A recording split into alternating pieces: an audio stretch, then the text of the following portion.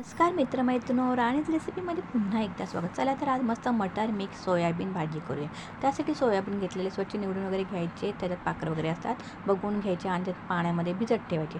10-15 मिनिटात छान भिजतात. गरम पाणी टाकले तर लगेच भिजतात. आता ते बघा तेलामध्ये छानपैकी कांदा लसूण परतवून घ्यायचं आहे, हळद मीठ हिंग टाकून घ्यायचं आहे, बटाटा टाकून घ्यायचं आहे आणि छानपैकी याच्यामध्ये टाकायचे सोयाबीन भिजलेले. त्याचं पाणी निथळून मस्त सोयाबीन टाकायचं. हळद मीठ हिंग मसाला चवीनुसार टाकून घ्यायचा आहे. इथे सोयाबीन टाकले, यात भिजलेलं सोयाबीन टाकून घेतलेले.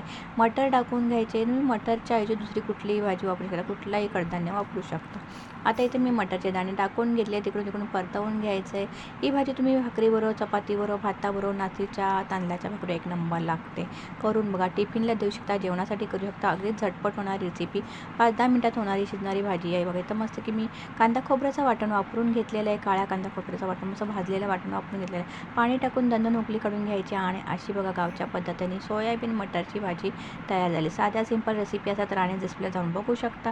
खूप छान छान रेसिपी टाकल्यात. गावच्या आंब्याच्या पण हे टाकलेलं आहे, मुरंबा टाकलेला आहे, भरपूर सारे मच्छीच्याच रेसिपी टाकलेल्या, जाऊन बघू शकता. आवडत असेल तर लाईक शेअर सबस्क्राईब करायला विसरू नका. आता ही भाजी तयार झाली. मस्त खाऊन बघा. भाकरीबरोबर, चपातीबरोबर, नाचणीच्या भाकरीवर, बाजरीच्या भाकरीवर कशाबरोबर खाऊ शकता.